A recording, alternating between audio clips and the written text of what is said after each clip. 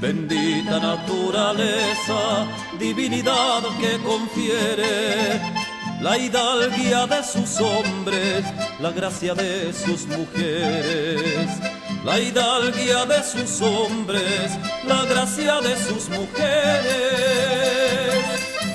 Viva Chile, viva Chile, a Chile quiero, chileno yo soy. Lo repiten sin cesar, a Chile quiero, chileno yo soy. ¿Cómo están?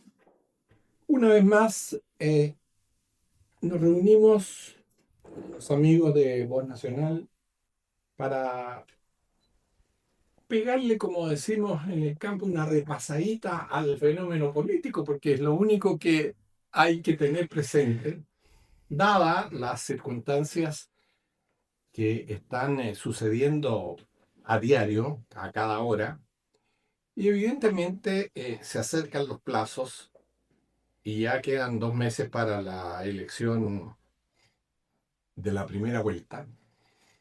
Las encuestas siguen teniendo una línea marcada en términos de quienes irían liderando esta posibilidad, pero también yo creo que a las personas, John y Pablo, hay que hacerles ver otros aspectos, más allá de las circunstancias que nos convoca en noviembre, es la elección, tanto presidencial como parlamentaria, sino que otros aspectos para que la gente vaya agarrando conciencia de que curiosamente esta no es una elección más, esta es una elección que define muchas cosas y que define, a mi juicio, lo que voy a decir es una opinión netamente personal, a mi juicio, va a marcar definitivamente cuál va a ser el destino que va a tomar Chile a partir de marzo del próximo año.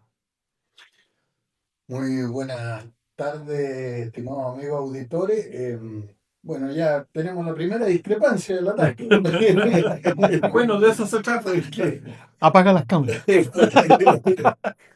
Porque en verdad yo creo que lo que estamos viviendo es ya un largo tobogán en la declinación de la categoría de los espacios públicos, eh, que no es más que la consagración de la falta de liderazgo en todos los sectores políticos. Es decir, efectivamente nos jugamos grandes cosas porque la elección del presidente de la República es muy importante, que duda cabe.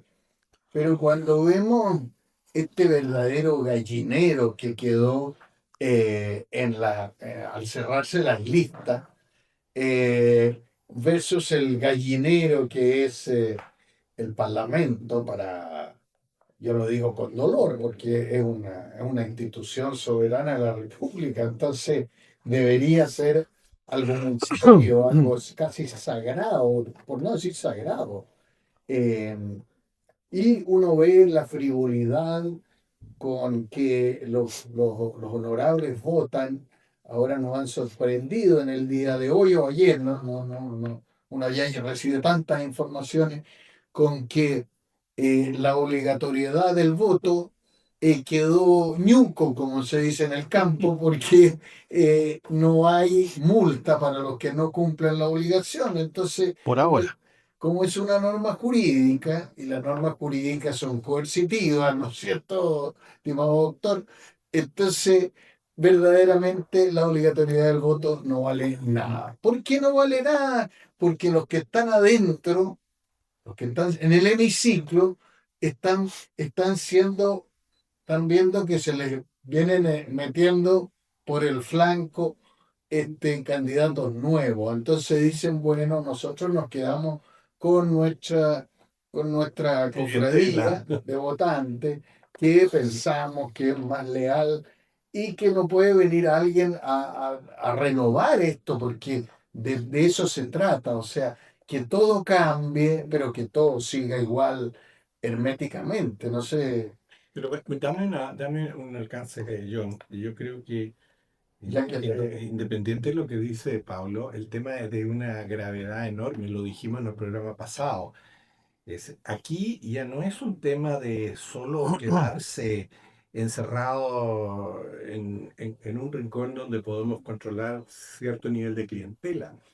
Aquí se transformó la democracia en una partitocracia y simplemente han enterrado el concepto clásico y el gran concepto de lo que significa la democracia.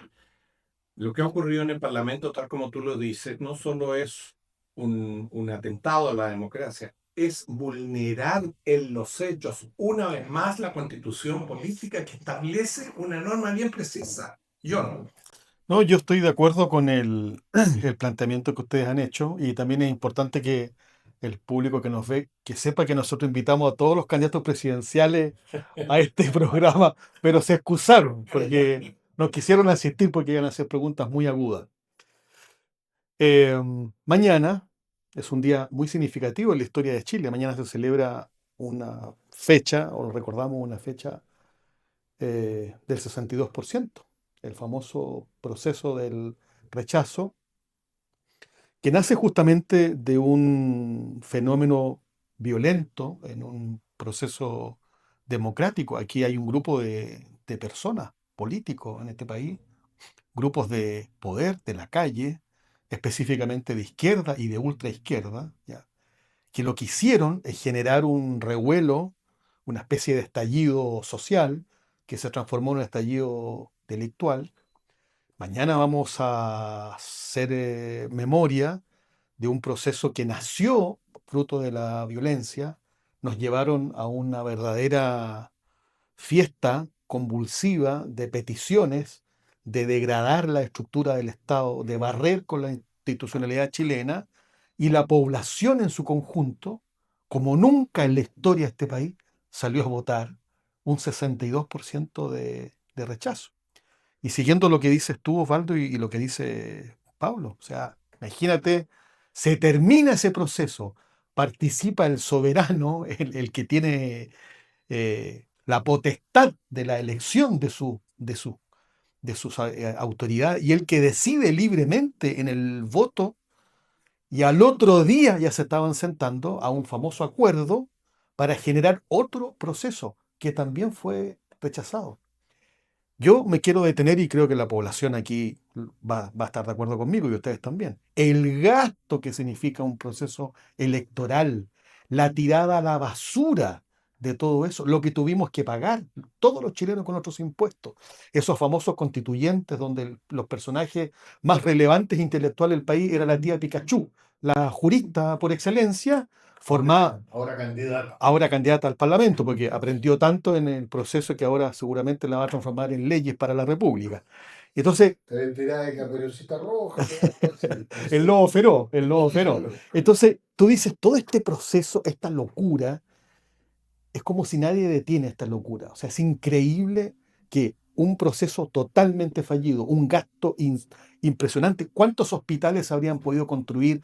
¿Cuántas poblaciones? ¿Cuántas casas? ¿Cuántas pensiones? ¿Cuántas familias se podrían haber realmente solucionado los problemas de su vida? Y la clase política, como dices tú, que yo diría, yo le agregaría un concepto más complejo, es un secuestro. O sea, este sistema nuestro es una democracia secuestrada, secuestrada por la partitocracia, los partidos políticos. Se termina el 62%, nos instalan otro proceso inventado solo por ello. Por lo tanto, esta violación de la Constitución, querido Pablo, esta es la figura más abusada y violada en la historia de nuestro país. Esta pobre no tiene nadie que la defienda, porque como no hay oposición, no tenemos parlamento. Entonces, yo creo que ahora estamos en una encrucijada realmente importante. ¿Qué hará la ciudadanía frente a los candidatos presidenciales? No sé cuál va a ser esa respuesta. Yo creo que como aparecen los candidatos, entre comillas, de derecha, mejor aspectados, se van a empezar a producir fenómenos bien curiosos desde el punto de vista político. O sea, el gobierno con todo políticamente en la calle.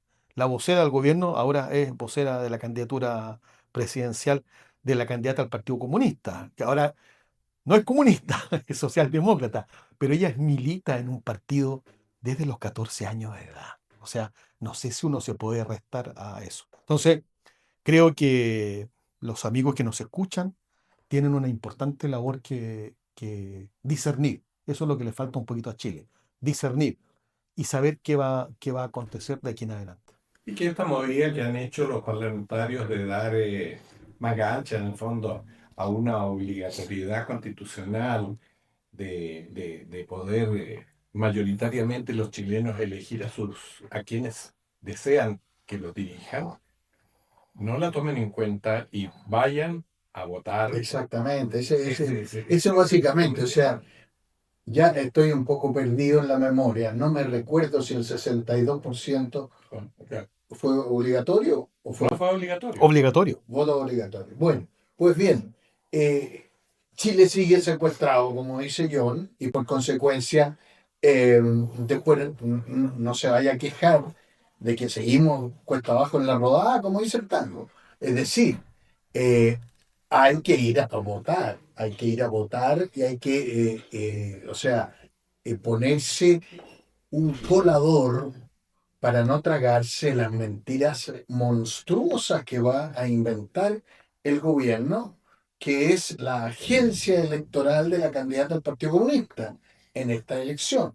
Es decir, ya no hay decencia para eso, no hay ningún tapujo. Es decir, antes en el proceso republicano que partió el año 80, se tuvo el año 89, se tuvo la decencia de que los voceros de candidatura fueran ajenos a los gobiernos de turno, pero aquí no hay ninguna decencia, o sea, se habla con la voz de la candidata porque la candidata no tiene voz, esta es una candidata sin voz. Pero baila, pero baila. Baila muy bien, pero no tiene voz, ¿por qué?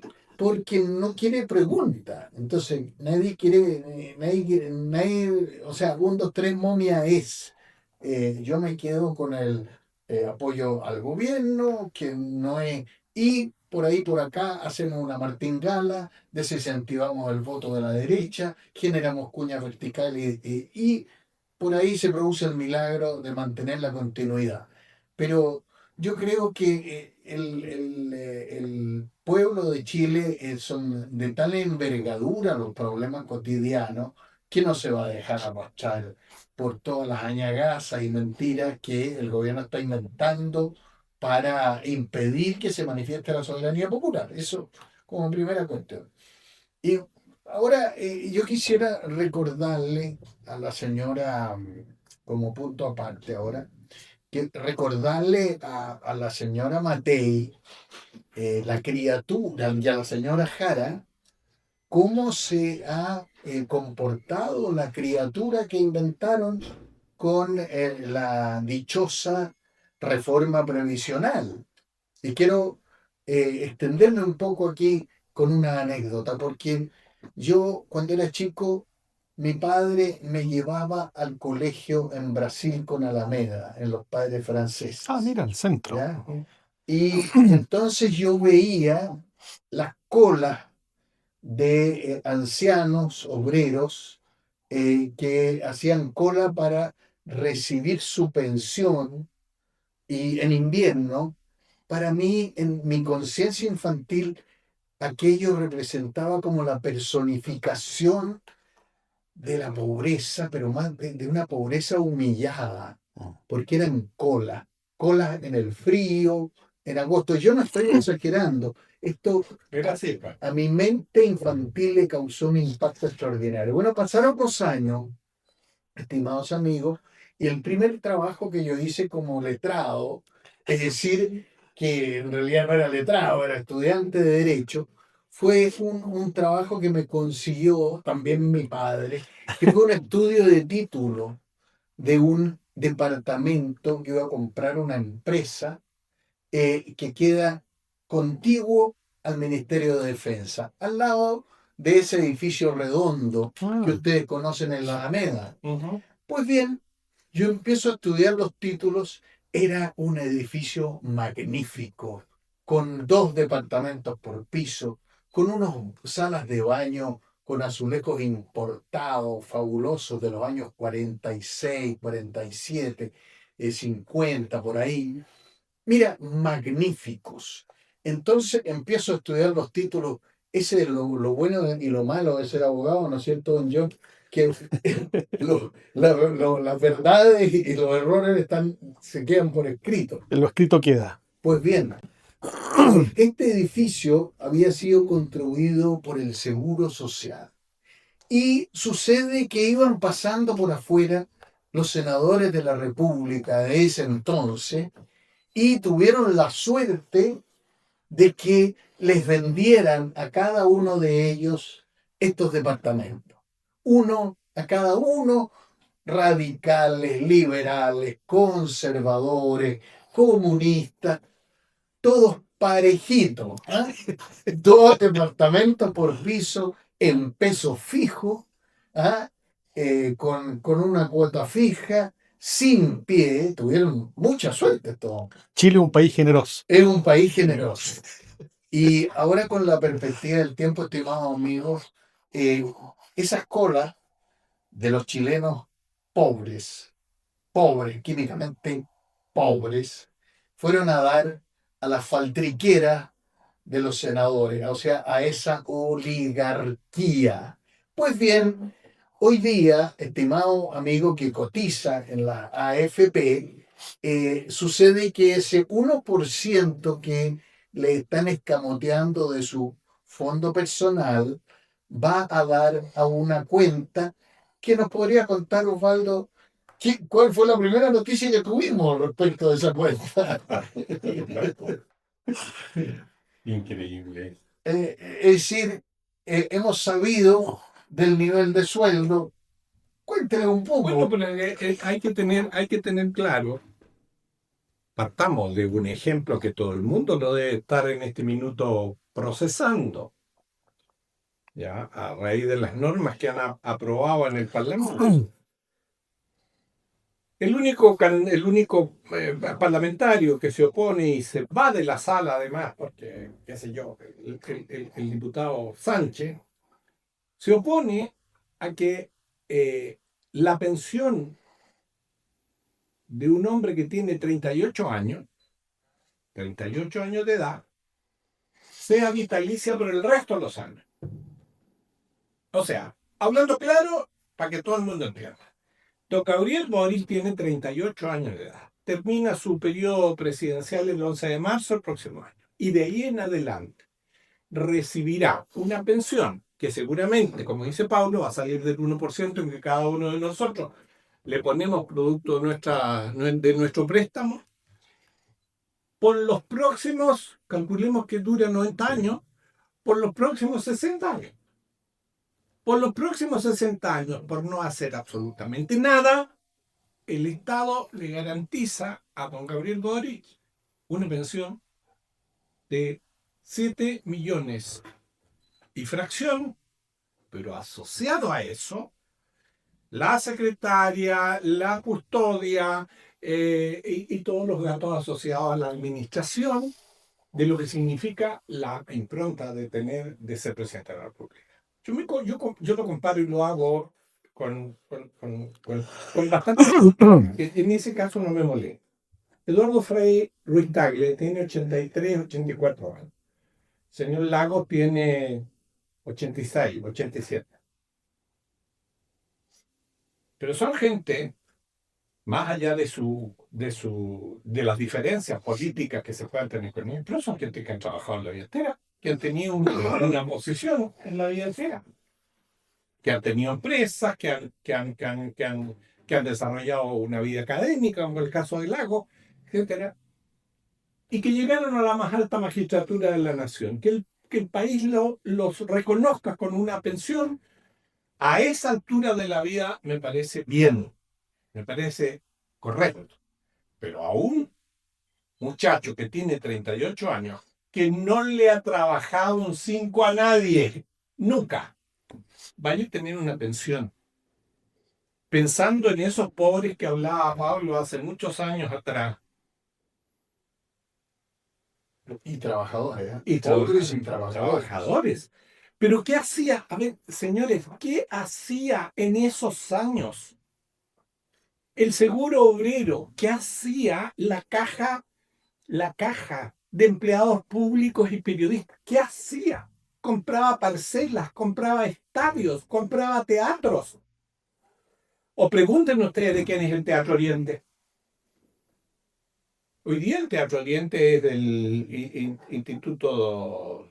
¿Cultural de Providencia? No, en términos de comodato está ahí, en la Municipalidad de Providencia, pero la propiedad es del Instituto de las pensiones de la gente de menos recursos. ¿Ya?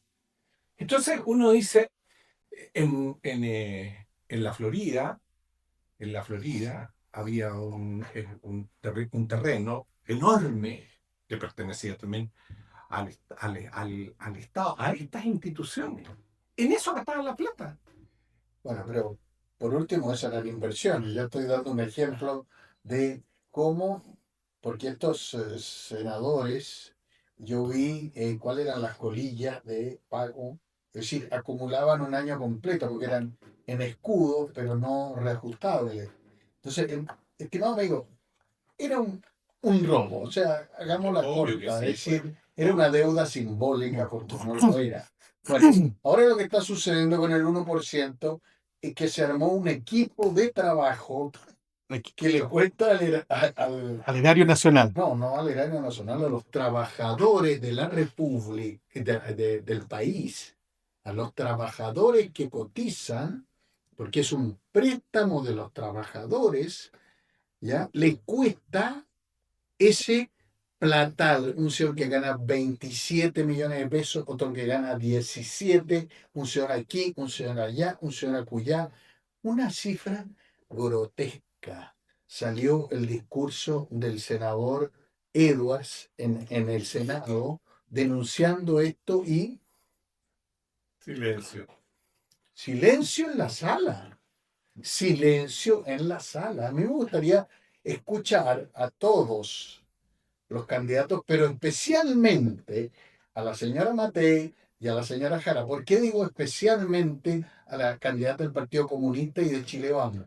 Porque Chile Vamos y la señora Jara, representando al gobierno como ministra, fueron los impulsores de esta maravillosa reforma de pensiones con la cual se van a meter a la faltriquera de los amigos que van a manejar este organismo público, estos sueldos millonarios, porque estos son unos genios iluminados que saben dónde invertir ese 1% y van a ganar una millonada tan grande que van a dejar chicos a todos los AFP. Las AFP tienen una capa de controles, en fin, con unas técnicas sofisticadísimas para obtener rentabilidad, y estos tipos lo primero que hacen es sentarse y fijarse los sueldos, pero desproporcionado para el mercado, estimado amigo.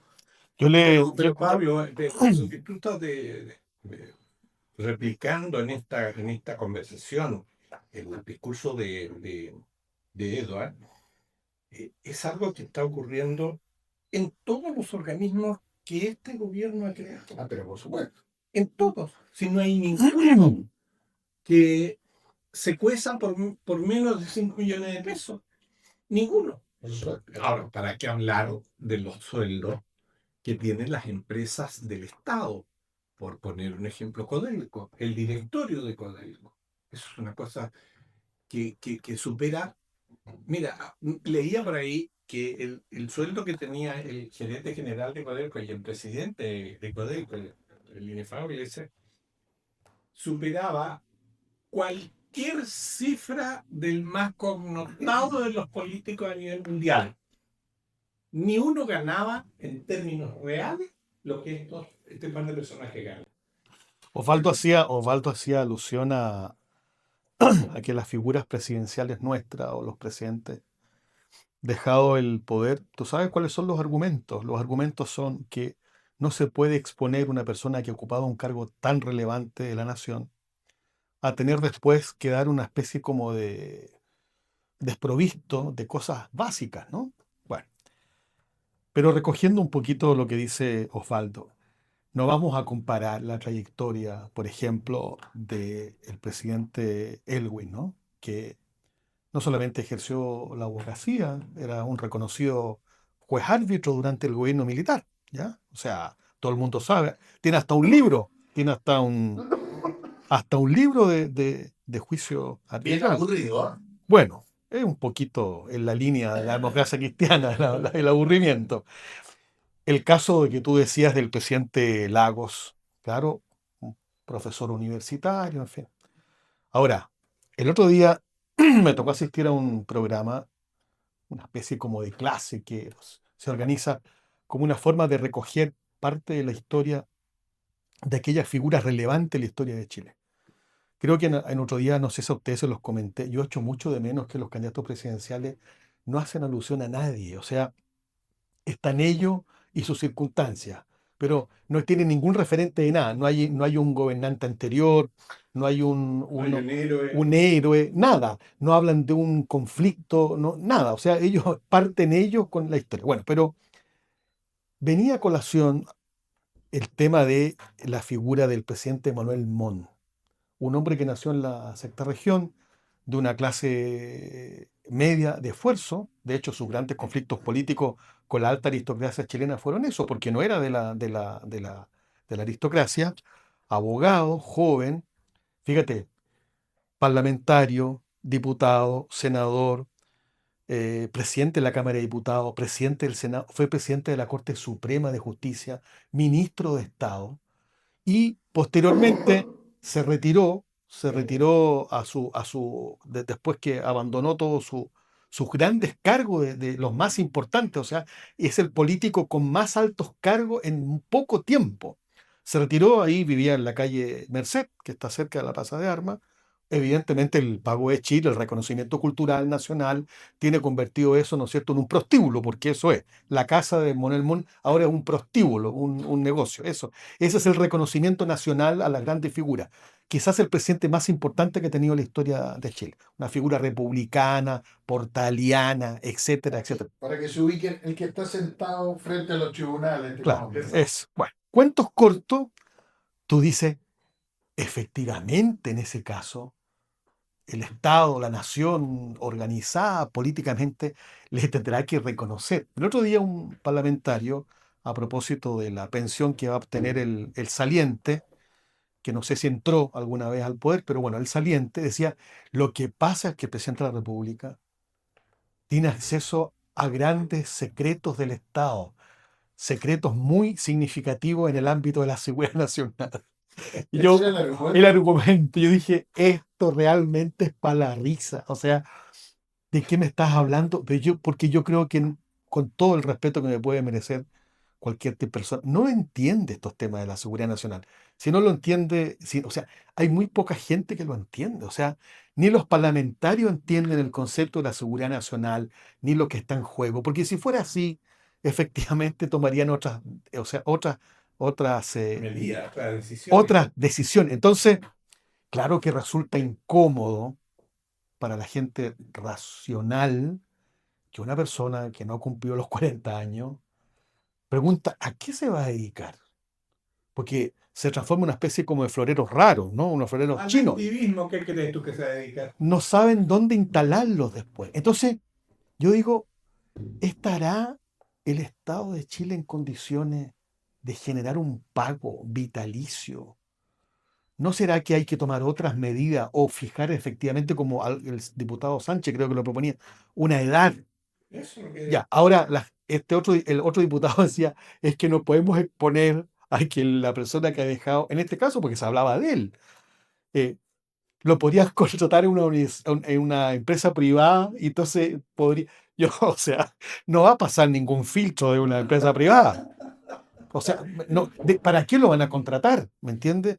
O sea, contratarán, supongo, gente que tiene profesión y oficio, porque el oficio de presidente de la República no existe en ninguna parte. Eso no es así. Es una función temporal que queda después en el ámbito de un respeto que tú le tienes permanentemente a una persona que quiere aportar.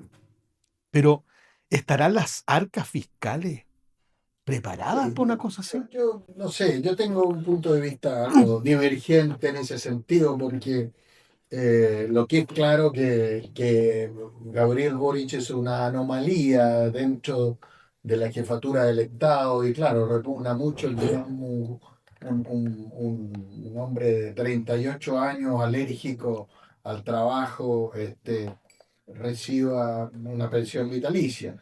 Pero en verdad, yo quiero contar tuve una experiencia personal muy singular eh, en una campaña que hacíamos para salvar el proyecto de Hidroaicén con gente conocida, digamos. Se contrató para que viniera a dar una charla a Alan García, que en paz descansa. Ah, el presidente peruano. Claro. Este es una anécdota, ¿ah? Para que ustedes vean cómo se cuajan estas cosas.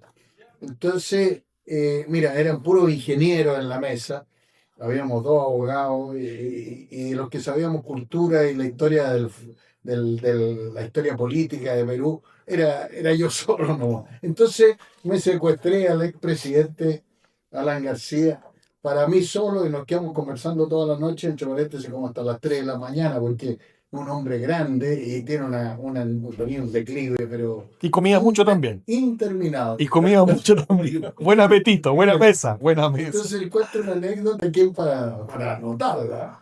Dice que invita a Pérez, el expresidente de Venezuela. Ah, Y él tenía 26 años cuando asumió la primera vez en Perú. Perú, Entonces el APRA.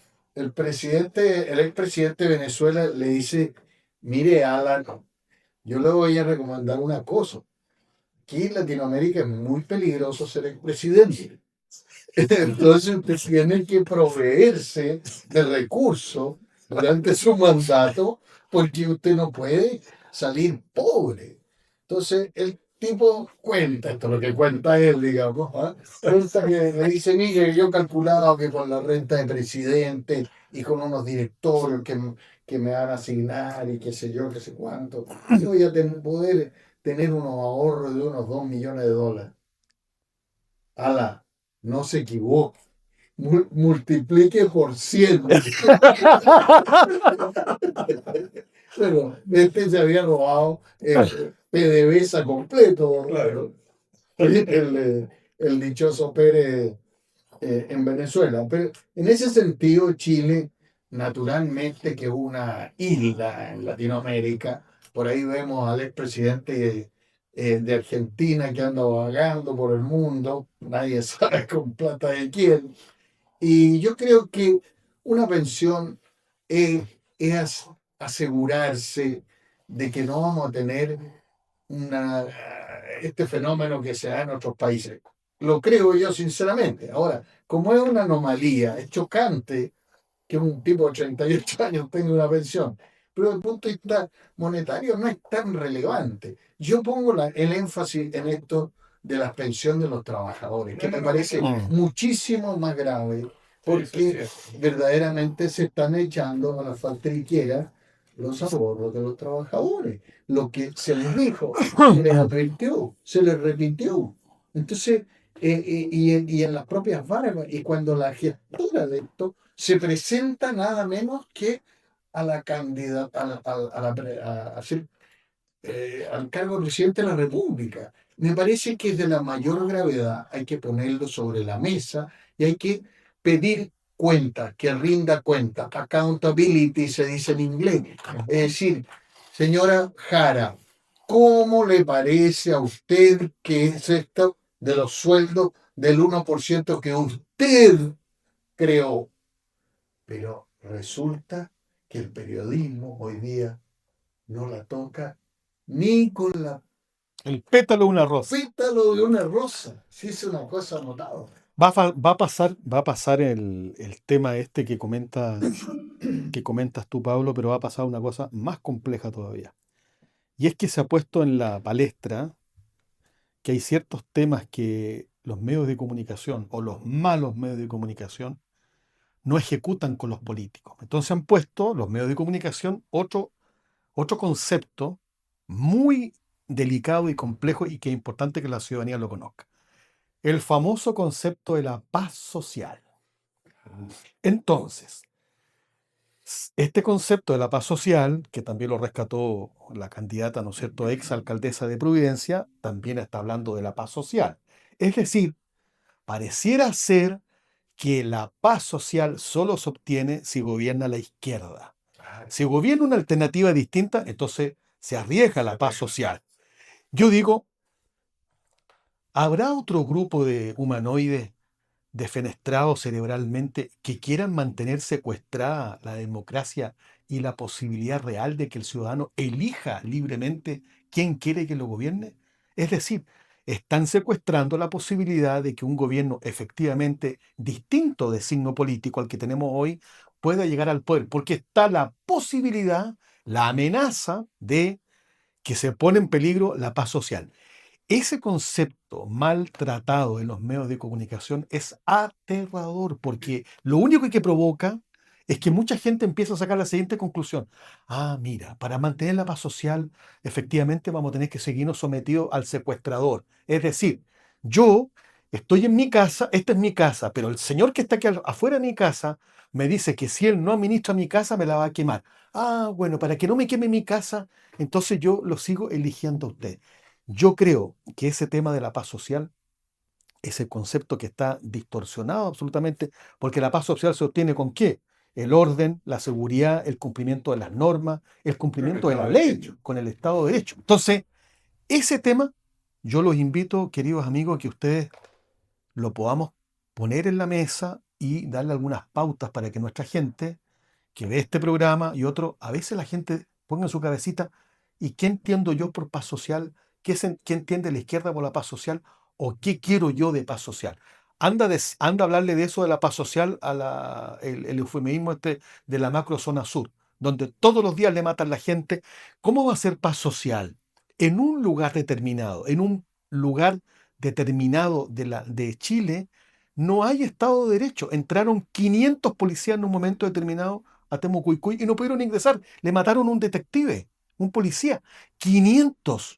La ministra del Interior, la primera que tuvimos aquí, que hablaba de Gualmapu, la señora la que ella que es médico, bueno, ahora el colegio médico también, no hay problemas médicos, también está silencio, no hay colegio médico, no hay colegio de profesores, no está la CUT, no hay nada, porque ellos garantizan la paz social. Bueno, yo digo, ¿no será realmente escandaloso que se ponga en la mesa este concepto distorsionado de la paz social y que nadie se atreva a decirle, mire, ¿sabe qué? Lo que usted está diciendo con eso es atenta contra los principios básicos de la democracia. ¿Cómo no le va a dar la posibilidad al ciudadano que pueda elegir una alternativa distinta? O sea, o voto por esto o no. No, pero partamos de la siguiente premisa, pues, si todo esto proviene de una parálisis mental, donde estamos embarcados, porque la paz, estimados amigos, es una sola cosa, es el orden de la justicia. No es, no es una parálisis, no es un don tres momia. Oye, la señora esta Matei es la que esgrime ese argumento. Ayer lo esgrimía entre tartamudeo, a los que nos tiene acostumbrados, tenía a los periodistas verdaderamente perplejos, digamos, a pesar de que todos ellos se compran todas estas narrativas absurdas. Pero ella dijo claramente que sus contendores, Kaiser y Kass, no garantizaban la paz. Ella la garantiza. ¿Cómo la garantiza? Yo les pido que vean lo que era el parque japonés aquí en Providencia, donde están ¿cómo se llama? Los cafés literarios destruidos. Claro, el café literario. Baquedano, la plaza Baquedano. ¿Y cómo se llama? Y estos señores que duermen en la noche, que son los mismos que son después de la primera línea, entonces, donde los carabineros no pueden hacer absolutamente nada. Así es decir, con tener la ciudad, los campos llenos de violencia, de violencia verbal, o sea, así se garantiza la paz social. Eso no es paz, no es paz, eso es violencia. Eso es violencia cotidiana a la cual se va cloroformando a la ciudadanía para que la tolere. Pero eso no es paz, estimado amigo. Bueno, ahí anoche en su quinto o sexto relanzamiento, porque ya ha hecho todo tipo de piruetas a ver si avanza un medio punto en las encuestas. Unos sanguchazos. Unos sanguchazos, corría el champán para la calle para que la gente la aplaudiera. Y resulta que ahí congregó a todos los responsables que avalaron el estallido social. A todos. Porque estaban ahí los que corrieron a firmar el acuerdo De la paz. de la paz, Que están en la que fotografía. están en la fotografía. Son los mismos que corrieron a firmar el acuerdo de la paz. El acuerdo de la paz. ¿Llegó la paz? ¿Llegó la paz? Entonces, a mí me parece no solo grave esto, me parece inmoral que gente que ha estado en las responsabilidades públicas, que ha sido parte de uno de los gobiernos peores que ha tenido la historia en términos de control del orden y de la seguridad, que es el gobierno de Piñera. Entonces uno dice, bueno, pero ¿con qué autoridad moral hablan? Y ahí estaban todos, ¿ya? Entonces, Estaba el historiador y que el gerente general, ¿o no? también estaba. Historiador, porque digo que no hay historia. Claro, Mirá, el gran enterrador. Claro, estaba ahí. hay que enterrar a la historia. Hay que enterrar la historia. Y Sí, la entonces- no, la historia lo va a enterrar a él. No, claro. Y entonces no faltó nadie. Entonces estaba muy preocupado, sí, estaba muy preocupado de que, como esto es como cuando hay algún entredicho en el teatro, una cosa rara, entonces dicen, ay, pongámoslas detrás de bambalinas, que no se vea, que el público aplauda. Aquí están todos los piñeristas con con la viuda a la cabeza, con desborde, tratando de sacar el cogote por arriba de la señora Matei para que no le dijeran que estaba descolgado. Pero ¿qué es lo que estaba en el ambiente? En el ambiente lo que estaba era que no se hablara de los descolgados. ¿Ya? Que no se hablara de los descolgados. Que a día que avanza, es más la gente que sale del comando de la Matei camino para donde casa. Eso es un hecho de la causa. Entonces, me sorprende, no me sorprende porque estoy hablando de Z, no me sorprende, y es una habitualidad. Y así como este comportamiento de la señora Matei, que cada vez se quiere parar más cercana a la señora Jara, parece que ese es el trabajo que le encargaron a los gemelos Seger, ¿ya? Que la Matei deje de ser la Matei y no sea la Matei. La Matei es otra. ¿Ya? Es como la Jara, es otra. Sí, Pero hay un elemento. Espera, otra. Entonces ella sale discursando y dice, aquí está la esencia de la paz, porque nosotros ofrecemos un gobierno que garantiza el diálogo. Y muestra a la Rincón, que está ahí al lado de ella. O sea, muestra, y lo dice, a la concertación. Es lo que tenemos que alcanzar. Los mejores años de la concertación. Claro, podríamos hacer un listado de las grandes cosas de la concertación, partiendo por el Transantiago, partiendo por el gay, el Mobgate, y así sucesivamente. La pérdida de la laguna del desierto. Y la pérdida de la laguna, y los sobrecitos, pues si nadie se olvida de los sobrecitos. Bueno, pero lo concreto es que la concertación gobernó gracias a que venía un impulso, un país ordenado. Imagínense que los gobiernos de la concertación se compraron el concepto del superávit fiscal. Yo quiero explicarle a la gente lo que es el superávit fiscal. El superávit fiscal es que en los bolsillos del Estado, que es el hogar de todos, haya dinero para las contingencias. Ese es el superávit fiscal, ¿ya? Y entonces, no solamente ordenaron las finanzas públicas el gobierno militar, sino que entregó una regla fiscal que los gobiernos sucesivos, gracias al desplome también del muro de Berlín, etcétera, etcétera, se compraron. Pero esta señora pretende gobernar en un Estado que es como Dresde después del bombardeo, como Eso Hiroshima es la ruina. después del bombardeo. Es decir, ella no tiene los talentos para sacar al país del hoyo en que está parado, porque a gritos, trataba de convencer a los periodistas que no se podía ahorrar más que una pequeña proporción del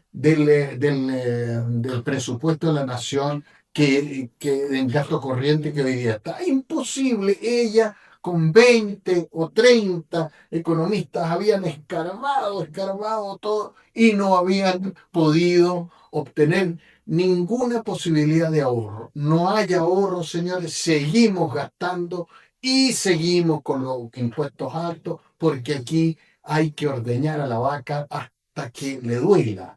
Entonces, si usted quiere que las cosas cambien, no puede votar naturalmente por la señora Jara, porque es la candidata oficialista, y no puede votar por la señora Matei porque acaba de reconocer que nada puede cambiar.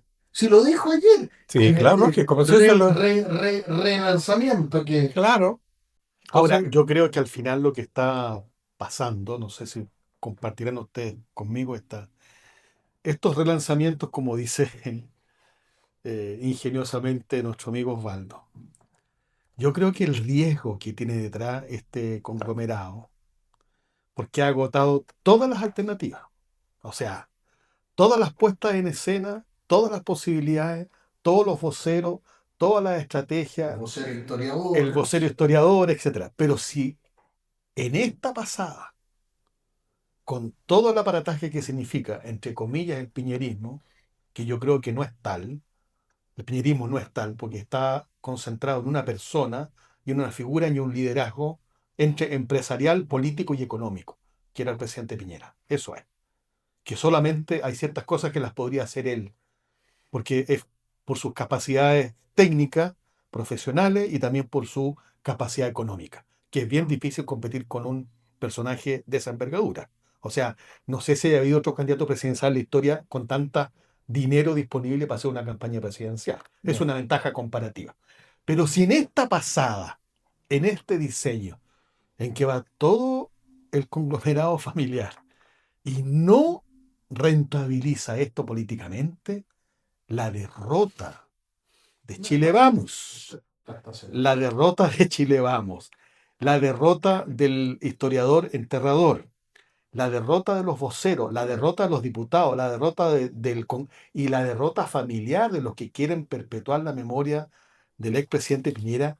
Yo digo, yo no sé si esta familia, que me merece todo el respeto, arriesgan un capital enorme, porque es como ir a sentarse a la frontera a darle la posibilidad de rentabilizar con los autos robados y habilitarlos en Bolivia. O sea, evidentemente ese negocio no va a resultar bien. Yo creo que este concepto que están tratando de instalar en la ciudadanía no le va a dar resultados. Pareciera ser, salvo que las encuestas estén muy manejadas y compradas por todo el mundo, pareciera ser que los resultados van por otro lugar. Como también creo, en mi impresión, que yo creo que el Partido Comunista dio por muerta la candidatura de la señora Jara. Se acabó el concepto, porque de lo contrario les facilita mucho más, porque parece que la candidata Jara no encarna el concepto propiamente comunista porque no se sujeta a las directrices del presidente, no le están haciendo un gran favor. Yo creo que lo dan por derrotada esta elección. sí, Le, bueno, pues, le sale más fácil a ellos, ¿qué cosa hoy día? Seguir siendo oposición, no tienen vocación de gobierno, nunca la han tenido en la historia, nunca, nunca. Siempre están por la revolución y la contrarrevolución y la revolución permanente. Entonces, bajo ese concepto, yo creo que el peligro que puede existir hoy día es que ese conjunto de concertación que está abandonando la posibilidad de la candidata Jara, gire, y esa es la apuesta, yo creo, de la señora la ex señora de Providencia, está apostando a que la gente saque una cuenta como diciendo, mira, en realidad los bonos parece que no van a resultar. Nos vamos para este otro lado. Sí, lo que pasa es que eso valdría, esa estrategia valdría si la elección fuese a una vuelta, pero como es a dos vueltas, va a ser imposible. Yo creo que hay varios candidatos, el señor Maine Nichols, el señor, qué sé yo, Meo. el señor Meo, saben que no van a ganar, y la señora Matei sabe que no va a ganar. Sabe que no va a ganar. Vamos a ganar, chiquillos. Sigo gritando ayer, vamos a ganar, chiquillos. Bueno, eso es suficiente. Bueno, ahora el problema se suscita en lo que va quedando. El problema se suscita en lo que va quedando para poder hacer un gobierno realmente de orden público. En ese sentido, Kast ha tenido algún talento para no referirse a nada que no sea el orden público.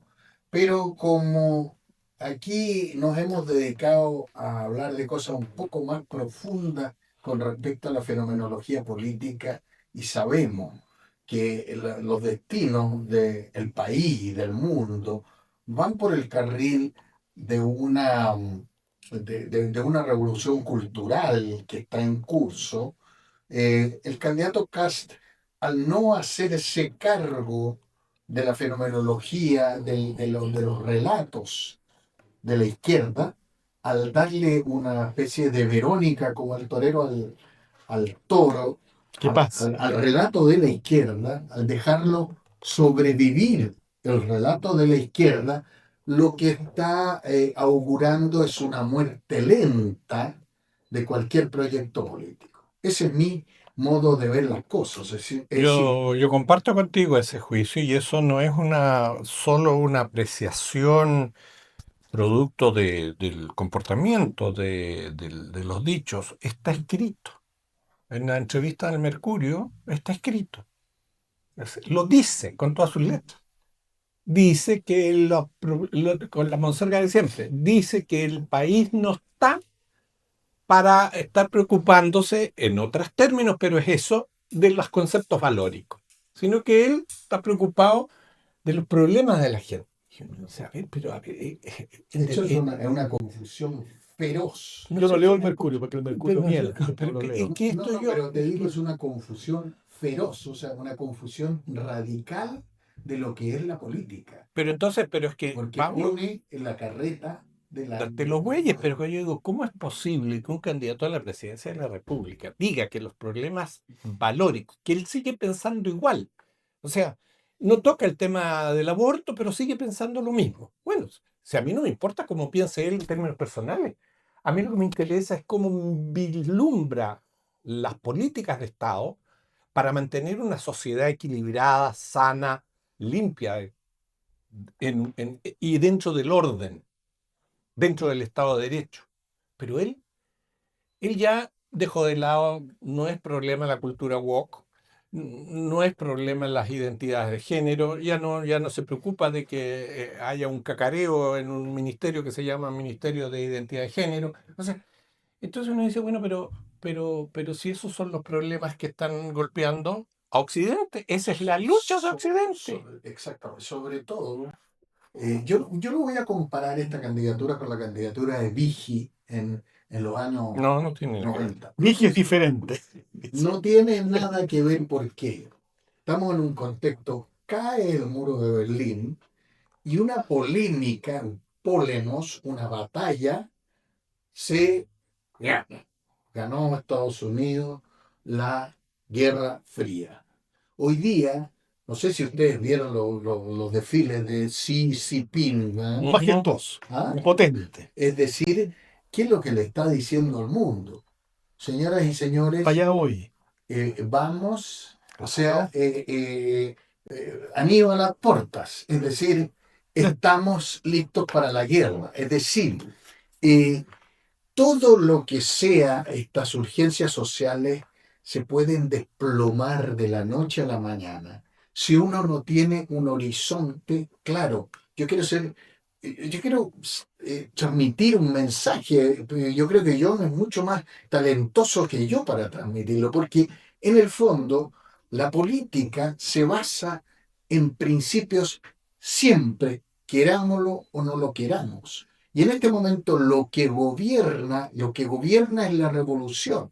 Lo que gobierna, lo que lleva el tema, lo que lleva la narrativa es la revolución, es la izquierda. Entonces, si yo digo, oye, yo voy a gobernar nada más que para deshacer los entuertos que ha hecho la izquierda, es decir, lo que estoy diciendo es Es que que no hacen nada. voy a ponerle un poco de parches a la embarcación podrida, pero la embarcación va a zozobrar más adelante.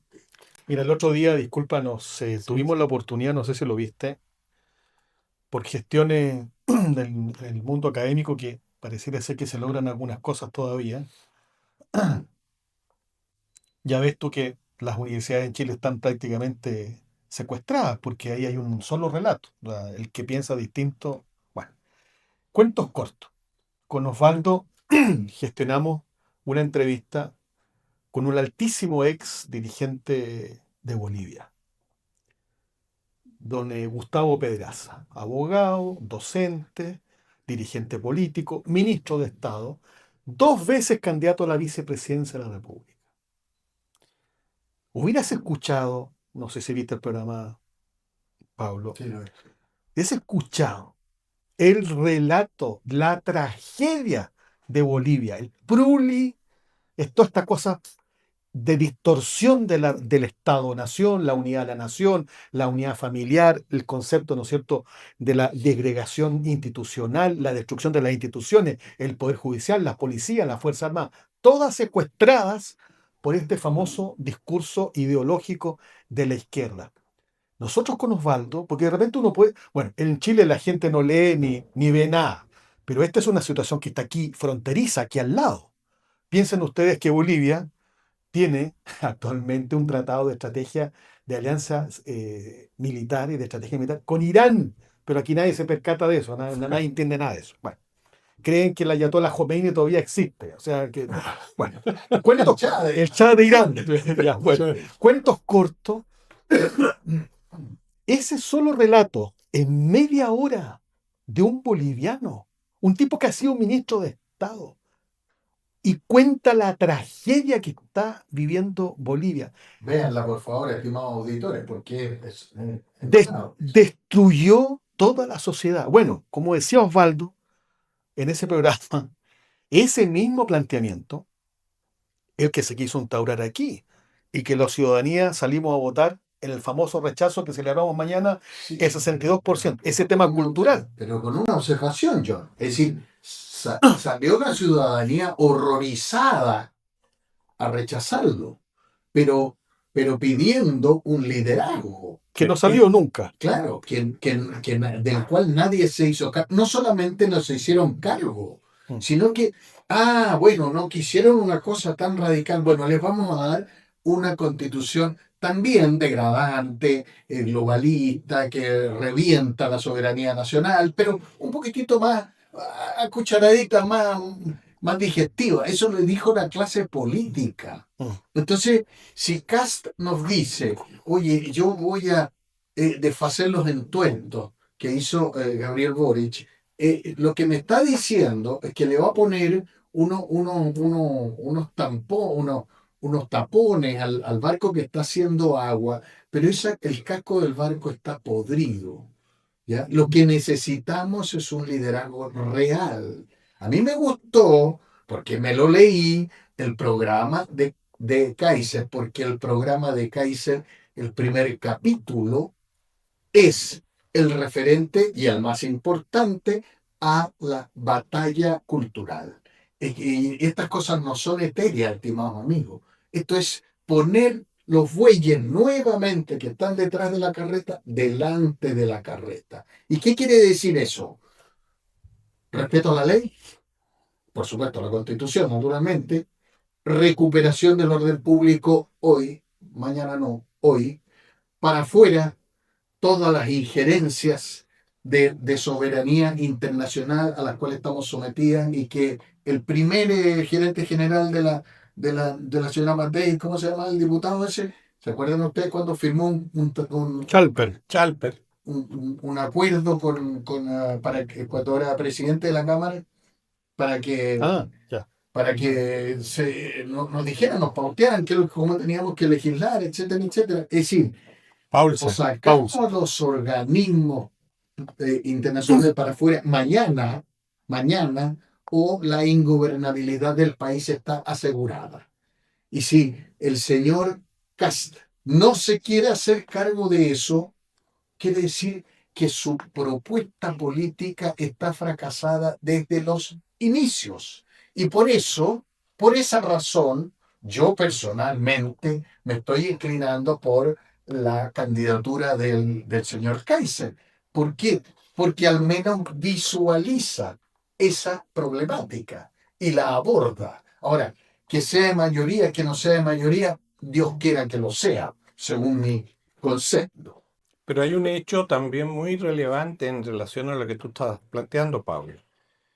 Si uno ha tenido la paciencia de escuchar los diferentes foros donde han participado la mayoría de los que son candidatos, salvo la Jara, Porque no va. porque no va, No, claro, está bailando. porque no Está bailando. quiere enfrentar.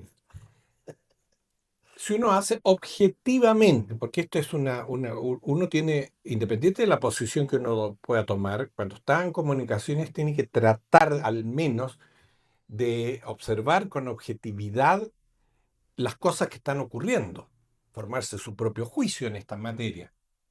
Y yo de seguir los planteamientos de la señora Matei, los planteamientos de Kass, los planteamientos de Kaiser, que son en el fondo los que importan, los otros ya, no digo que no sean importantes, pero no están en el juego grande. Sin duda alguna, la coherencia del relato que establece Kaiser es muy, pero muy superior a lo de Matei y a lo de Kass. Se maneja con soltura. Yo lo veía en el foro de Asimet con una soltura, con una seguridad en la problemática, que decía, bueno, eso es lo que necesita el país, necesita certeza, gente que tenga la película clara, no gente que esté hablando de que la mejor manera de conseguir la tranquilidad es con el diálogo. ¿El diálogo con qué? ¿El diálogo con quién? ¿Ya? Nosotros proponemos que nuestra mejor plataforma es el diálogo. Eso es lo que sostiene la señora Matei. Y el señor Kass, que creo que si tomara la decisión de enfrentar lo que estamos conversando con bastante más claridad, ¿ya? Le iría bastante mejor de lo que en este momento está viéndose en la respuesta a las encuestas. Lo mismo, no puede seguir con el discurso de que nosotros estamos preocupados del bien común. Pero no sé si ese discurso no sirve mucho, pues. Yo quiero retomar esta idea que es importante que la gente conozca, ¿no? Porque el chileno o lee poco o no lee, o está secuestrado por la farándula de todos los días. O sea, es penoso esto de que los programas de televisión alimentan todas las mañanas a la dueña de casa con una cosa que ya es lo más decadente que hay, pues. Es una basura permanente, ¿no? Bueno, quiero volver a la entrevista porque de repente uno dice, mira lo que le pasa a Chile, pero nosotros con Osvaldo nos percatamos de que en esa entrevista que le hicimos A Pedraza. a Pedraza, este dirigente político que ha sido ministro de Estado, era como la antesala de lo que nos puede ocurrir a nosotros. O sea, Bolivia está sentado en un trozo de territorio, quizás el más rico en el ámbito de los minerales en el mundo, y no tienen gas ni tienen para comer. La gente se alimenta en los basureros porque le destruyeron absolutamente todo. El famoso sistema plurinacional. Bueno, ese mismo mamarracho que afortunadamente nosotros lo rechazamos, como tú bien decías, después nos embaucaron en otro cuento inventado por ellos. Pero mire, señales de alerta de Bolivia. A- Es tal el descalabro que ahora tienen dos candidatos. Uno que aparentemente es de derecha y que podría solucionar los temas, que es Toto Quiroga, y el otro es de apellido Paz. Medio de centro, pero algunos dicen que está medio camuflado, en fin. Bueno, vayan a ver ustedes los resultados electorales en el Senado y en el Congreso. O sea, del señor Evo Morales no quedó nada, pero no quedó nada. Pero mira a dónde tuvieron que llegar. Bueno, ese es un foco que está ahí en nuestros hermanos fronterizos. Piensa lo que está haciendo Perú. Tomó una decisión, cortar relaciones con la Corte Interamericana de Derechos Humanos, porque ya no soporta esta intervención en su propio sistema jurídico nacional. Y nadie quiere entender, porque alguna vez nosotros participamos en un congreso que se organizó aquí en la Cámara de Diputados. Nadie quiere entender de que hay más de 600 y tantos organismos en este ámbito en el mundo, financiados con los impuestos nuestros. Después, tenemos tribunales internacionales que se desfiguró este concepto de ordenamiento jurídico de consenso de ciertas normas para ser secuestrados también por la izquierda. Y la pregunta es, ¿quién ha votado por esos jueces? Cuando nosotros los chilenos hemos emitido un solo voto para elegirlos a ellos. Y estos son los que dictaminan qué cosas hoy día se pueden o no se pueden validar. Y los tribunales internos, los nuestros, se han tenido que someter a este tema, a estas verdaderas ficciones jurídicas, por supuesto gatilladas por ello en forma internacional. Entonces, hoy día, y creo que en este aspecto el único candidato que ha sido claro es el candidato Kaiser, que le ha puesto un freno de cortar definitivamente con estos organismos Al día siguiente y denuncia. colocarle un freno a estos famosos tratados que tiene Chile hoy día, porque Chile es el campeón de los tratados El diálogo, internacionales, el diálogo. y resulta que hoy día lo que se falla a nivel interno no vale nada, porque hay que esperar el resultado de 4, 5, 8, 10 años de una corte con jueces que los tenemos que financiar nosotros, que no sabemos quiénes son, todos sabemos cómo piensan, pero además son dictámenes internacionales, de conglomerados internacionales, financiados por gobiernos que no corresponden a la soberanía nuestra. Entonces, como dice Pablo, tenemos un tema grave y de fondo. Y yo espero que la ciudadanía racionalmente, más allá de ir a las fondas, si es que puede ir, a pesar de la delincuencia, piense realmente lo que va a hacer en esta elección, porque no nos puede pasar como Bolivia, que Chile es un país hermoso, rico en muchas cosas, pero mira a lo que tuvieron que llegar para poder dar alguna señal propia de un Estado de Derecho. Ese es el punto. Otro tema, cuando yo era niño, la población de Chile era, si no me equivoco, duplicaba la de Bolivia. Hoy día la población de Bolivia está casi al nivel de la de Chile, si es que no lo ha superado. Entonces, es una bomba de tiempo, el hambre en Bolivia es una bomba de tiempo que nos afecta. Es decir, pero eleva este fenómeno, John, a la potencia, elévalo a la potencia, porque si el señor Xi Jinping, bueno, que muestra todo su arsenal De poder. nuclear y qué sé yo, se toma la molestia de invadir Taiwán, que nos pille confesado, porque el Producto Interno Bruto nuestro depende de las exportaciones. Estimados amigos, el año 1929 hubo una crisis mundial económica y los dos países más afectados del mundo fueron, en primer lugar, los Estados Unidos y en segundo lugar, nuestro país, porque la base, la matriz de nuestra economía es una matriz exportadora. Entonces, yo les pregunto a ustedes, ¿cómo nos va a ir si tenemos de presidente a alguien que no tenga el coraje de enfrentar cuestiones radicales como son las cuestiones de autoridad? Porque no quiero ser un pesimista, pero el peligro de la guerra está. En consecuencia, lo que necesitamos son liderazgos, gente que sepa hacia dónde tenemos que ir, porque a nosotros las guerras globales nos afectan al día siguiente. A países como Brasil, que no les afectan prácticamente nada, porque son economías que viven hacia el interior. Nuestra economía es de exportación. Una conflagración entre los Estados Unidos y China nos dejaría a nosotros en la cuneta. Entonces, para eso necesitamos un liderazgo. Y me parece que alguien que le haga una Verónica a los problemas culturales no es el mejor liderazgo. Eso es mi opinión. Bueno, estamos terminando el programa, nuestra grata conversación de los días miércoles. Para los auditores, naturalmente, este programa se graba y lo emitimos a la brevedad posible para que tampoco se añejen los temas.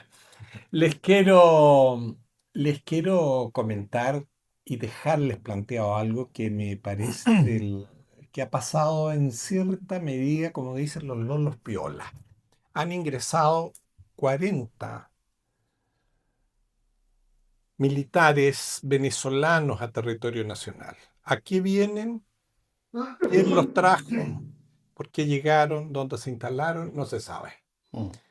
Entonces, aquí quiero dejar planteado esto porque yo creo que vamos a tener que abordar un tema que tiene directa relación con lo que hemos conversado durante toda esta hora. Nosotros estamos poniendo en riesgo nuestra soberanía y yo creo que llegó la hora que las instituciones que están a cargo de resguardar la soberanía, el orden público, la tranquilidad de los chilenos asuman el papel que les corresponde constitucionalmente y no confundan los términos. En el próximo programa voy a ser bastante más explícito para decir quiénes son los que tienen que golpear la mesa.